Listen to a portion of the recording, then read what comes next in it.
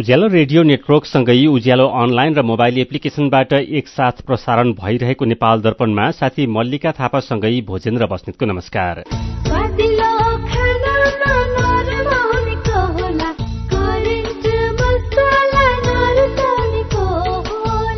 नेपाल दर्पणको साथमा करेन्ट मसला र करेन्ट चिया, स्वादको झट्का।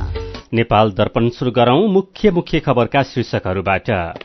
2 करोड़ रूपैयाँ घुस मागेको आरोप लागेका ढाका कुमार श्रेष्ठको सांसद पद र साधारण सदस्यता नै खारेज गर्ने राष्ट्रिय स्वतन्त्र पार्टीको निर्णय। श्रेष्ठको ठाउँमा विन्ध्यवासिनी कंसाकारलाई सांसद बनाउन निर्वाचन आयोगलाई आग्रह गर्ने। सगरमाथामा हिम पहिरो जाँदा 3 जना बेपत्ता। सिराहाको प्रादेशिक अस्पतालमा आगलागी हुँदा भाग्ने क्रममा 1 जनाको ज्यान गयो। ब्याज दर घटाउने बैंकर्स संघको निर्णय। शेयर बजार 52 अंकले बढ्यो, झण्डै 92 अंकले बढ्यो, झण्डै 2 अर्ब रूपैयाँको कारोबार। भारतको अर्थतन्त्र विश्वको सबैभन्दा तीव्र गतिमा वृद्धि हुने आईएमएफको प्रक्षेपण। विश्वको अर्थतन्त्र समस्यामा रहे पनि भारतमा उच्च वृद्धि। र ए डिभिजन लीग फुटबलमा आज संकटा, हिमालयन शेर्पा र सातो बाटो क्लब विजयी। आईपीएल क्रिकेटमा चेन्नईसँग राजस्थान पहिले ब्याटिङ गर्दै। बल्ल ढुक्क भयो। अब छिमेक, निधन उत्थान, जीवन विकास लगायत 35 भन्दा बढ़ी लघुवित्तहरूको किस्ता रकम सजिलै ई सेवाबाट तिर्न मिल्ने सुविधा आएछ। यसका लागि मोबाइल वा वेबसाइटबाट ई सेवा लगइन गरी फाइनेन्शियल सर्भिसेस अनि त्यसमा भएको माइक्रो फाइनेन्स अप्सन छान्ने अनि आफूले ऋण लिएको माइक्रो फाइनेन्सको नाम छनौट गरी आफ्नो सदस्यता नम्बर, किस्ता रकम राख्ने र मोबाइल नम्बर राख्ने र प्रोसिडमा क्लिक गर्ने। भएन त सजिलो? अनि अर्को सुविधा चाहिँ 500 भन्दा बढ़ी सहकारी संस्थामा ई सेवाबाट सजिलै रकम पनि जम्मा गर्न सकिन्छ। मेरो मोबाइलमा चल्छ ई सेवा। सुनिश्चित भविष्य मात्र होइन बचत, आर्थिक स्वतन्त्रता हो, आत्मविश्वास हो, आत्मा सम्मान हो, सम्पन्न जीवन हो। बचत बचत गरौं, बचत गरौं, बचत गरौं, बचत गरौं। धेरै छन् बचतका खुशीहरू, बचत गरौं। ग्लोबल आईएमई बैंक, सबैका लागि बैंक। नेपाल दर्पणमा अब खबरको सिलसिला। राष्ट्रिय स्वतन्त्र पार्टीले मेडिकल व्यवसायी दुर्गा प्रसाईसँग 2 करोड़ रूपैयाँ मागेको आरोप लागेका राष्ट्रिय स्वतन्त्र पार्टीका सांसद ढाका कुमार श्रेष्ठको सांसद र साधारण सदस्यता खारेज गर्ने निर्णय गरेको छ। आज काठमाडौँको धुम्माराईमा बसेको केन्द्रीय समितिको बैठकले घुस मागेर पार्टीको बदनाम गरेको र भ्रष्टाचारलाई बढ़ावा दिन खोजेको देखिएकोले श्रेष्ठलाई सांसद र पार्टीको साधारण सदस्यबाटै हटाएर उहाँको सदस्यता खारेज गर्ने निर्णय गरेको हो। उहाँको सांसद पद खारेजीको लागि संसद सचिवालयलाई जानकारी गराउने र रिक्त रहेको पदमा विन्ध्यवासिनी कंसाकारलाई निर्वाचित गर्न निर्वाचन आयोगमा निवेदन दिने पनि पार्टीले निर्णय गरेको सभापति रवि लामिछानेले जानकारी दिनुभयो। निर्वाचन आयोगमा बुझाएको समानुपातिक तर्फको बन्द सूचीमा रोल क्रम अनुसार विन्ध्यवासिनी कंसाकार अघि रहेकाले उहाँलाई निर्वाचित भएको घोषणा गरिदिन राष्ट्रिय स्वतन्त्र पार्टीले निर्वाचन आयोगलाई निवेदन दिने निर्णय भएको सभापति लामिछानेले जानकारी दिनुभयो। यसैबीच राष्ट्रिय स्वतन्त्र पार्टीको अनुशासन समितिले गरेको अनुसन्धानका क्रममा ढाका कुमार श्रेष्ठले घुस खान नियतका साथ काम गरेको निष्कर्ष निकालेको छ। तर श्रेष्ठले आरोप लगाए जस्तो मन्त्री बन्नको लागि पार्टीले अफर नगरेको, पार्टीले पैसा नमागेको र उहाँले पार्टीकै 3 जना जोडिएको विषय भने झूट रहेको उहाँले बताउनुभयो। 2 करोड़ रूपैयाँ मागेको अडियो रेकर्ड प्रकरणका सम्बन्धमा अख्तियार दुरूपयोग अनुसन्धान आयोग सहित अरू सरकारी निकायले छानबिन थालेको खबर आफूहरूले थाहा पाएको र छानबिनमा पार्टीले अनुसन्धानमा सहयोग गर्ने पनि सभापति रवि लामिछानेले बताउनुभयो। बैठक अघि भएको पत्रकार सम्मेलनमा ढाका कुमार श्रेष्ठले भने आफूले कुनै गल्ती नगरेको दोहोर्याउनु भएको छ। पार्टी केन्द्रीय कार्यालयमा पत्रकार सम्मेलन गरेर श्रेष्ठले आफू र आफ्नो पार्टीलाई बदनाम गराउने षड्यन्त्र अनुसार आवाज सम्पादन गरेर अफवाह फैलाइएको आरोप लगाउनुभयो। आफूमा माथि लागेको आरोपबारे छानबिन गर्न पार्टीले निलम्बन गरेको विषयलाई स्वागत गरेको उल्लेख गर्दै सांसद श्रेष्ठले अदालतबाट क्लिन चिट लिएर फेरि राजनीतिमा सक्रिय हुने बताउनुभयो। नेपाल बार एसोसिएशनले सरकारलाई प्रधान न्यायाधीश नियुक्त गर्न 10 दिनको अल्टिमेटम दिएको छ। आफ्नै भवन परिसरमा पत्रकार सम्मेलन गरेर बारले 10 दिनभित्र सर्वोच्च अदालतको प्रधान न्यायाधीश नियुक्त नगरे आन्दोलन शुरू गर्ने चेतावनी दिएको हो। अध्यक्ष गोपाल कृष्ण घिमिरेले सर्वोच्च अदालतमा पनि अटोमेसन प्रणाली लागू गरेर पेशीको व्यवस्थापन गर्न पनि माग गर्नुभयो। उहाँले कार्यपालिका र व्यवस्थापिकाले सर्वोच्च अदालत लगायत न्यायालयलाई नै हेपेको आरोप पनि लगाउनुभयो। पत्रकार सम्मेलनमा सर्वोच्च अदालत बार एसोसिएसन एसोसिएसनका अध्यक्ष हरिशंकर निरौलाले सर्वोच्च अदालतमा प्रधान न्यायाधीश नियुक्ति नगर्नु न्यायपालिकाको लागि शुभ लक्षण नभएको बताउनुभयो। सगरमाथामा हिम पहिरोमा परि 3 जना शेर्पा बेपत्ता भएका छन्। आरोहीहरूको सामान लिएर आधार शिविरबाट पहिलो शिविर जाँदै गरेका उनीहरू खुम्बु आइसफल भन्दा माथि र पहिलो शिविर भन्दा केही तल हिम पहिरोमा परेका सगरमाथा प्रदूषण नियन्त्रण समिति एसपीसीसी का अध्यक्ष लामाकाजी शेर्पाले बताउनुभयो। बेपत्ता हुनेहरूमा खुम्बु पासाङ लामो गाउँपालिका 5 का तेन्जिङ शेर्पा, लाक्पा रिता शेर्पा र बादुरे शेर्पा हुनुहुन्छ। उहाँहरू इमेजिन ट्रेक प्रालीबाट सगरमाथा आरोहणमा गाइडको भूमिकामा हुनुहुन्थ्यो। बिहान भएको दुर्घटनापछि खोजीका लागि प्रयास भइरहेको भए पनि खोज रहेका कारण सफल नभएको अध्यक्ष शेर्पाले बताउनुभयो। उद्धारको लागि एसपीसीसीको टोली घटनास्थलमा रहेको छ। एसपीसीसीको टोलीले सगरमाथाको दोस्रो शिविरसम्मको बाटो बनाउने काम गर्दै आएको छ।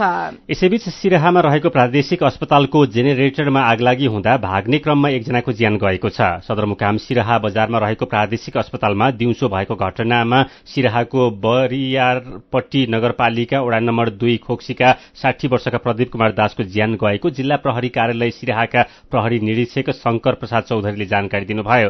डायलाइसिस पछि शरीरमा रगत चढाउँदै गरेका बेला भाग्दा दासको अक्सिजन छुट्नुको साथै रगतको पाइप चुडिएर रक्तस्राव समेत भएको पाइएको अस्पतालले जनाएको चौधरीले बताउनुभयो। डायलाइसिस वार्डको छेउमै राखिएको जेनेरेटरमा आगलागी भएको हो। 3 वर्षदेखि बिरामीबाट थलिएका दासको प्रादेशिक अस्पताल सिराहामा हरेक हप्ताको बुधबार डायलाइसिस हुँदै आएको थियो। आगलागीको समयमा 8 जना बिरामीले डायलाइसिस गराइरहेका थिए। प्रदेश 1 को नाम कोशी राखेको विरोधमा आन्दोलन गरिरहेको समूहले कोशी प्रदेशका सामाजिक विकास मन्त्री बुद्धिकुमार राजभण्डारीको घरमा तोडफोड गरेको छ। आन्दोलनरत समूहले बिहान राजभण्डारीको काठमाडौँमा रहेको घरभित्र पसेर तोडफोड गर्नुको साथै घरको कम्पाउन्डमा कालो झण्डा राखेका नेकपा एमाले सोलुखुम्बुका अध्यक्ष डुफ कुमार वास्तोलाले जानकारी दिनुभयो। राजभण्डारी एमालेबाट सोलुखुम्बु प्रदेश सभा खमा विजय हुनुभएको हो। अध्यक्ष वास्तोलाले विज्ञप्ति निकालेर जनप्रतिनिधिमाथि भौतिक आक्रमण भएको भन्दै निन्दा गर्दै कार्यवाहीको माग गर्नुभएको छ। यसैबीच रौतहटमा प्रहरीको गोली लागेर एकजना घाइते भएका छन्। गरुडा नगरपालिकाको गरुडा बजारमा प्रदर्शनकारी र प्रहरी बीच भएको झडपमा गोली लागेर गरुडा नगरपालिका वडा नम्बर 5 का 22 वर्षका गजेन्द्र यादव घाइते भएका प्रहरीले जनाएको छ। 4 जना प्रदर्शनकारीलाई प्रहरीले पक्राउ गरेको छ। स्थिति तनावग्रस्त बनेपछि प्रहरीले 16 राउण्ड अश्रु ग्यास तथा गोली प्रहार गरेको छ। मेयरका उम्मेद्वार रहेका दीपक यादवको टोलीले गरुडा नगरपालिकाको कार्यालयमा तालचा लगाउन खोजेपछि प्रदर्शनकारी र प्रहरी बीच झडप भएको हो। यादवको टोलीले केही दिनदेखि नै नगरपालिका विरुद्ध प्रदर्शन गर्दै आएको छ। वाणिज्य बैंकहरूको ब्याज दर घटेको छ। नेपाल बैंकर्स संघको बैठकले नयाँ वर्ष 2080 सालदेखि अर्थात पर्सीदेखि लागू हुने गरी ब्याज दर घटाउने निर्णय गरेको हो। अब क वर्गका बैंक अर्थात वाणिज्य बैंकहरूले मुद्दती निक्षेपको ब्याज 9.99% सम्म मात्रै लिन पाउनेछन्। यसअघि 12% सम्म ब्याज पाइरहेका निक्षेपकर्ताले अब बढ़ीमा 9.99% मात्रै ब्याज पाउनेछन्। अहिले मुद्दती निक्षेपको ब्याज दर 11% छ।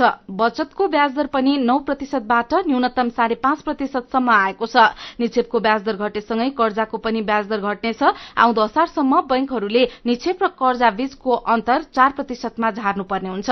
अहिले ऋणीहरूबाट वाणिज्य बैंकहरूले 14% भन्दा बढ़ी ब्याज नलिएको दावी गर्दै आएका छन्। अब कर्जा र निक्षेप बीचको अन्तर 4% मा झारेमा ऋणीहरूले साँच्चै 14% ब्याज दरमै ऋण पाउने एक बैंकरले बताएका छन्। यसैबीच शेयर बजार आज उच्च अंकले बढेर हरियाली भएको छ। ब्याज दर घटाउने बैंकर्स संघको निर्णय, आर्थिक क्षेत्र सुधारको लागि सरकारको सक्रियता लगायतका कारण शेयर बजार उच्च अंकले उकालो लागेको हो। नेप्से आज 92.22 अंकले बढेर 1963.55 बिन्दुमा पुगेको छ। बजारसँगै कारोबार रकममा पनि सुधार आएको छ। 267 वटा कम्पनीका 61,07,000 किता शेयर 1,97,60,00,000 रुपियाँमा कारोबार भएका छन्। सबैभन्दा धेरै शिवम सिमेन्टको शेयर 11,71,00,000 रुपियाँमा कारोबार भयो। आज आदर्श लघुवित्त, गणपति लघुवित्त, खप्तड लघुवित्त र कालिन्चोक दर्शन लिमिटेडको शेयर 10% बढेको छ।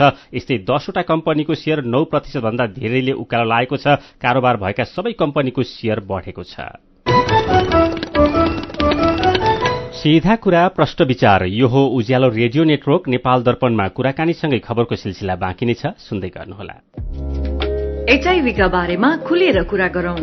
एचआईभी खराब आचरणको नतिजा नभई असावधानीको परिणाम हो, तसर्थ यसबाट बच्न असुरक्षित यौन सम्पर्क नराखौं। अन्य व्यक्तिले प्रयोग गरेका धारिला औजार जस्तै छुरी, दारी काट्ने ब्लेड प्रयोग नगरौं र रगत चढाउनु पर्ने अवस्था भएमा परीक्षण गरेको रगत मात्र चढाउँ।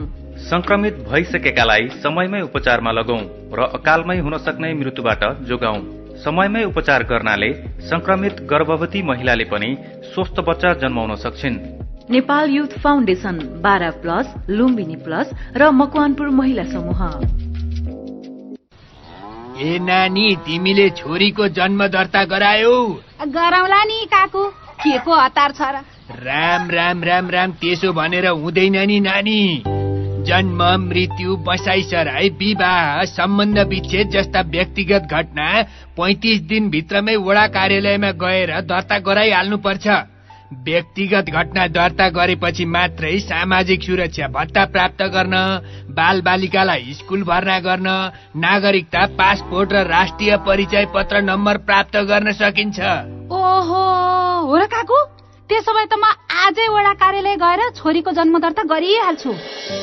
जन्म, मृत्यु, बसाइसराई, विवाह, सम्बन्ध विच्छेद जस्ता व्यक्तिगत घटना वडा कार्यालयमा सही विवरण दिई दर्ता गराऊ। नेपाल सरकार गृह मन्त्रालय, राष्ट्रिय परिचय पत्र तथा पञ्जीकरण विभाग, सिंहदरबार, काठमाडौँ।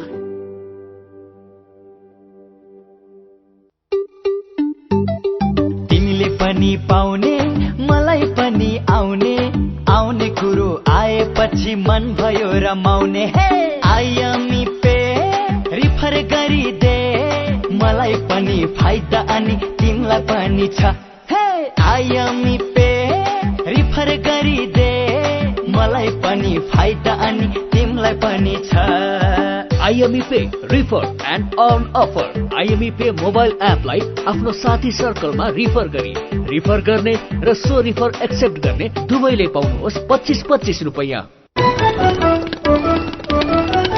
उज्यालो रेडियो नेटवर्कबाट प्रसारण भइरहेको नेपाल दर्पणमा तपाईंलाई फेरि स्वागत छ। यतिन्जेल हामीले 2 करोड़ रुपियाँ घुस मागेको आरोप लागेका ढाका कुमार श्रेष्ठको सांसद पद र साधारण सदस्यता नै खारेज गर्ने राष्ट्रिय स्वतन्त्र पार्टीको निर्णय, सगरमाथामा हिम पहिरो जाँदा 3 जना बेपत्ता, ब्याज दर घटाउने बैंकर्स संघको निर्णय लगायतका खबर प्रस्तुत गर्यौं। नेपाल दर्पणमा अब बाँकी खबर। कोरोना संक्रमणका कारण लगातार दोस्रो दिन आज पनि 1 जनाको ज्यान गएको छ। 3 महिनापछि हिजो पहिलो पटक कोरोनाका कारण 1 जनाको ज्यान गएको थियो। यो सँगै नेपालमा कोरोना भाइरसको संक्रमणका कारण ज्यान गुमाउनेको संख्या 12,022 जना पुगेको छ। यस्तै पछिल्लो 24 घण्टामा 121 जनामा कोरोना संक्रमण पुष्टि भएको छ। 2,377 जनाको नमूना परीक्षण गर्दा 121 जनामा कोरोना संक्रमण पुष्टि भएको स्वास्थ्य तथा जनसंख्या मन्त्रालयले जनाएको छ। थप 81 जना संक्रमण मुक्त भएका छन्। देशभर सक्रिय संक्रमितको संख्या 445 जना पुगेको छ। संक्रमित मध्ये 25 जना संस्थागत आइसोलेसनमा, 11 जना आईसीयूमा र 3 जना भेन्टिलेटरमा रहेका छन्। पछिल्लो 24 घण्टामा 42,180 जनाले कोरोना विरूद्धको खोप लगाएका स्वास्थ्य तथा जनसंख्या मन्त्रालयले जनाएको छ। कोरोना भाइरसको संक्रमण फेरि बढ़न थालेसँगै खोप लगाउन चासो दिन थालिएको छ। संक्रमण कम भएसँगै खोप लगाउनेको संख्या घटेको थियो, तर यो महिनाको शुरूदेखि फेरि संक्रमण बढ़न थालेपछि स्वास्थ्य मन्त्रालयले खोप लगाउन अनुरोध गर्दै आएको छ। साथै दिपा तिमल सिन्हाले स्वास्थ्य मन्त्रालय अन्तर्गतको परिवार कल्याण महाशाखाका प्रमुख डाक्टर विवेकलाल कर्णलाई संक्रमण बढ़िरहँदा पर्याप्त खोपको मौजदात छ कि छैन भनेर सोध्नु भएको छ। हामीसँग 16 लाखको हाराहारीमा चाहिँ बुस्टर मात्रा दिनको लागि कोभिड-19 विरुद्धको खोप हामीसँग संघीय खोप भण्डारमा प्रदेश र जिल्ला स्तरसम्म गरेर झन्डै 16 लाखको हाराहारीमा हामीसँग मौजदात रहेको भनेर तथ्याङ्क देखिन्छ। त्यो हिसाबले सबैलाई खोप पुग्ने गरी अहिले छ र अर्को कुरा सरकारले यसभन्दा थप मात्रा आवश्यक पर्यो भने पनि झिकाउन सक्ने अहिले व्यवस्था गरेको छ। यहाँहरूले चाहिँ जोखिममा रहेका वर्गलाई प्राथमिकतामा राखेका छौं भन्नुभएको छ। अब यो संक्रमण अहिले यसरी बढ़िरहेको छ, समुदाय स्तरमै पुगिसकेको छ भनेर विज्ञहरूले पनि बताइरहनु भएको छ। अब जोखिमका वर्गलाई मात्रै यो बुस्टर डोजको तेस्रो मात्रा अथवा चौथो मात्रा दिने कि सबैजनालाई बुस्टर डोज दिने? अहिले हामीले 12 वर्षभन्दा माथिका जुनसुकै मानिसले पनि यदि जोन्सन खोप हो भने 1 मात्रा र अन्य खोपहरू 2 मात्रा लिइसक्नु भएको छ भने जुनै बेला पनि आएर उहाँले बुस्टर लिन सक्नुहुन्छ। त्यो सरकारले पुरै खुला नै राखेको छ। त्यसपछि पहिलो बुस्टर लिएको 6 महिना यदि भइसकेको छ भने दोस्रो मात्रा बुस्टरको लागि पनि अहिलेलाई चाहिँ सुरुवातमा हामीले उच्च जोखिममा रहेकाहरूलाई दोस्रो बुस्टरको लागि अथवा चौथो मात्रा भनौँ त्यसको लागि पनि आह्वान गरेको छ र हामी केही दिनभित्रै त्योभन्दा कम जोखिम समूहमा रहेकाहरूलाई पनि खुला गर्ने भनेर हामी त्यसको लागि चाहिँ हाम्रो एउटा कानुनी रूपमै गठन भएको खोप सल्लाहकार समिति छ। त्यो मार्फत त्यसको चाहिँ आउँछ सिफारिस अनि त्यसमा सरकारले चाहिँ स्वीकृत गरेपछि खुला हुनेछ। 12 वर्षभन्दा माथिका जसले चाहिँ दोस्रो मात्रा लिइसक्नु भएको छ उहाँहरूको 3 महिना कटेको छ भने उहाँले तेस्रो मात्रा पाउनुहुने भयो।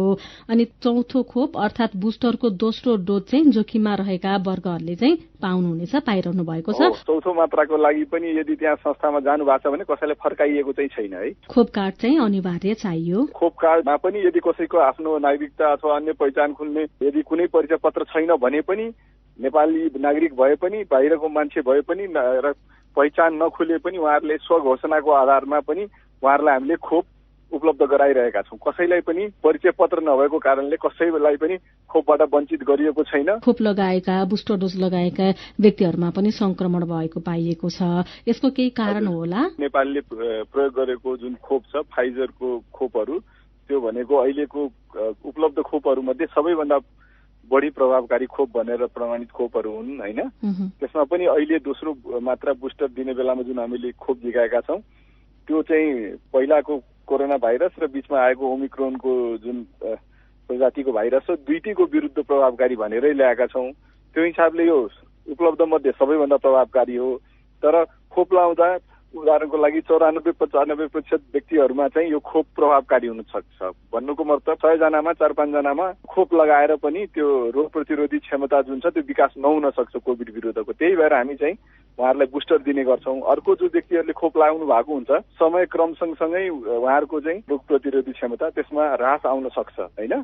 त्यो कारण हुन सक्छ। अर्को कुरा कोभिड-19 विरुद्धको जो खोप छ यिनीहरूले संक्रमण हुनैबाट रोक्ने चाहिँ होइन। संक्रमण यदि कसैलाई भइहाल्यो भने त्यसको गम्भीर अवस्था नहोस्, गम्भीर किसिमको रोग लाग्दैन, जटिलताहरू देखिँदैन, अस्पतालमै भर्ना गर्नुपर्ने अथवा मृत्यु हुनुपर्ने भनेको एकदमै कम हुन्छ। दीर्घ रोग भएका ज्येष्ठ नागरिकहरूलाई चाहिँ कोरोना संक्रमणले अहिले धेरै सताइराखेको छ है। उहाँहरूलाई चाहिँ कसरी जोगाउने, उहाँहरूको सुरक्षा हेरचाह चाहिँ कसरी गर्ने? व्यक्तिगत सरसफाइका मापदण्डहरू, मास्क लगाउने कुराहरू, यी कुराहरूमा उहाँ अरूभन्दा झन् बढी सजग हुनुपर्ने हुन्छ। र त्यो बाहेक उहाँहरूको यदि स्वास्थ्यको अरू कुनै समस्या छ भने त्यसकोमा पनि समयमै उपचार गर्नुपर्ने चाहिँ आवश्यक देखिन्छ। त्यो भएर केही उहाँहरूमा अरू समस्या र सुरुमै केही त्यस्तो देखिहाल्यो भने तुरुन्तै चिकित्सक र स्वास्थ्य कर्मीको सल्लाह लिइहाल्ने त्यो उहाँहरूले गर्दा उपयुक्त हुन्छ। उहाँ हुनुहुन्थ्यो स्वास्थ्य मन्त्रालय अन्तर्गतको परिवार कल्याण महाशाखाका प्रमुख डाक्टर विवेक लाल कर्ण। नेपाल दर्पणमा फेरि खबरकै सिलसिला। डोल्पाको दुनैसम्म केन्द्रीय विद्युत प्रसारण लाइनको परीक्षण शुरू भएको छ। रुकुम पश्चिमको त्रिवेणीबाट डोल्पाको दुनैसम्मको प्रसारण लाइनको परीक्षण आजदेखि शुरू भएको नेपाल विद्युत प्राधिकरण कर्णाली प्रदेशले जनाएको छ। डोल्पामा 2 वर्ष अघि केन्द्रीय प्रसारण लाइन निर्माण शुरू भएको थियो। रुकुम पश्चिमको 8 कोट नगरपालिकाको गोतामबाट त्रिवेणी हुँदै डोल्पाको त्रिपुराकोटबाट सदरमुकाम दुनैसम्म परीक्षण शुरू भएको र 2 हप्ताभित्र दुनैसम्म विद्युत सेवा सञ्चालन गर्न सकिने प्रदेश कार्यालयले जनाएको छ। जाजरकोट खण्डमा समेत पोल गाड्नेदेखि प्रसारण लाइनको काम भइरहेको प्रदेश कार्यालयले जनाएको छ। अघिल्लो आर्थिक वर्षमै दुनैसम्म बत्ती बाल्ने योजना भए पनि निर्माण व्यवसायको ढिलासुस्तीका कारण चालू आर्थिक वर्षको अन्तिम चौमासिकमा निर्माण सम्पन्न भएको हो।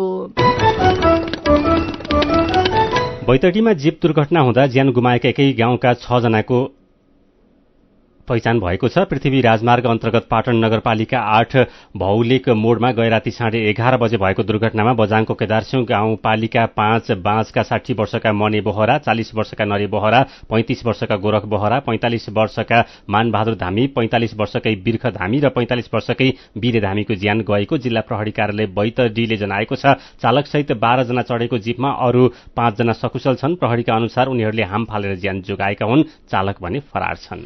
यस्तै सिन्धुलीमा भएको भारतीय कार दुर्घटनामा ज्यान गुमाउने 4 जनाको परिचय खुलेको छ। ज्यान गुमाउनेहरूमा भारतको बिहारका अभिषेक ठाकुर, राकेश कुमार सिंह, मनु सिंह र गौर सिंह रहेका जिल्ला प्रहरी कार्यालय सिन्धुलीका प्रहरी उपरीक्षक राजकुमार सिलवालले जानकारी दिनुभयो। कारमा रहेका 5 जना मध्ये धर्मेन्द्र कुमार सोनी घाइते हुनुभएको छ। उहाँको धुलीखेल अस्पतालमा उपचार भइरहेको छ। गैराती बीपी राजमार्ग अन्तर्गत सिन्धुलीको कमलामाई नगरपालिका 3 मा कार दुर्घटनामा परेको हो।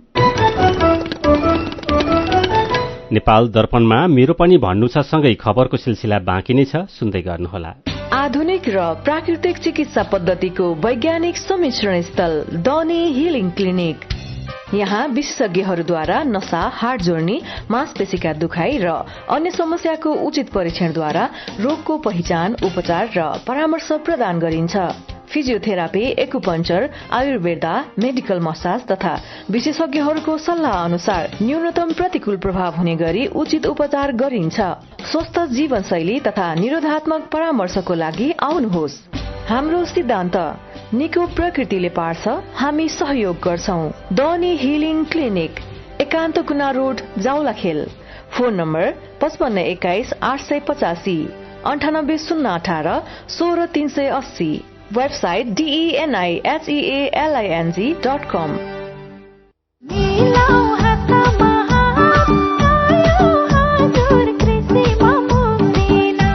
अब कृषि सम्बन्धी सम्पूर्ण सेवा तथा सामग्रीहरू पाउनुहोस् एकै ठाउँमा। मल, बिउ, विषादी, औजार उपकरण र सम्पूर्ण प्राविधिक सेवाहरू अब नजिकैको एग्रोभेट, सहकारी तथा कम्पनीको आधिकारिक विक्रेताहरूकोमा गई सम्पर्क गर्नुहोला। मुक्तिनाथ कृषि कम्पनी लिमिटेड, समृद्धिको आधार कृषि, कृषिको आधार प्रविधि। थप जानकारीको लागि 98 023 10 964। तातोले झन्डै जिब्रो चाहियो। मलाई 1 लाख रुपैयाँ दिनु न। पहिला मलाई हँसाएर देखाऊ। मैले तपाईलाई हँसा भने तपाईले मलाई 1 लाख रुपैयाँ दिनुहुन्छ?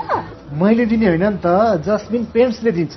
जस्मिन कुल कमेडी फुल। तपाई पनि स्ट्यान्ड अप कमेडी खिचेर पठाइहाल्नुहोस् है। पहिलो हुनुभयो भने 1 लाख, दोस्रो हुनुभयो भने 50,000 र तेस्रो हुनुभयो भने 25,000 नगद पुरस्कार पाउनुहुन्छ। थप जानकारीको लागि जस्मिन पेन्ट्सको आधिकारिक फेसबुक पेज जस्मिन पेन्ट्स नेपाल फलो गर्नुहोला वा 98 024 86 385 मा व्हाट्सएप, भाइबर वा सिधै सम्पर्क गर्नुहोला। नेपाली मनको नेपाली रङ, जस्मिन पेन्ट्स। उज्यालो रेडियो नेटवर्क मार्फत देशभरिका विभिन्न एफएम स्टेशन तथा उज्यालो अनलाइन र मोबाइल एप्लिकेशनमा प्रसारण भइरहेको नेपाल दर्पणमा तपाईंलाई फेरि स्वागत छ। नेपाल दर्पणमा अब बाँकी खबर। म्याग्दीमा योजना कार्यान्वयनमा ढिलासुस्ती भएको छ। धेरैजसो योजना पटक पटक म्याद थप्दा पनि अधुरै छन्। निर्माण व्यवसायको लापरवाहीले गौरवको योजनाका रूपमा सञ्चालित सड़क, भवन, पुल लगायत ठूला विकास निर्माणका योजना अलपत्र परेका छन्। म्याग्दीको विकासमा ठूलो महत्व राख्ने योजना मध्ये बेनी जोमसोन, बेनी दरवाङ, गलेश्वर भगवती, पोखरे बगर, शेख चित्रे घोडेपानी, दरवाङ धारापानी, बेनी बागलुङ, बेनी मालढुङ्गा लगायत सड़क समयमा सम्पन्न हुन सकेका छैनन्। पटक पटक समय थपिए पनि निर्माण व्यवसायीले योजनालाई पूर्णता नदिएपछि योजना कार्यान्वयन गर्ने कार्यालय, सम्बन्धित निर्माण व्यवसायी र मन्त्रालयमा ध्यानाकर्षण गराइएको प्रतिनिधि सभा सदस्य खम्बीर गर्बुजाले बताउनुभयो।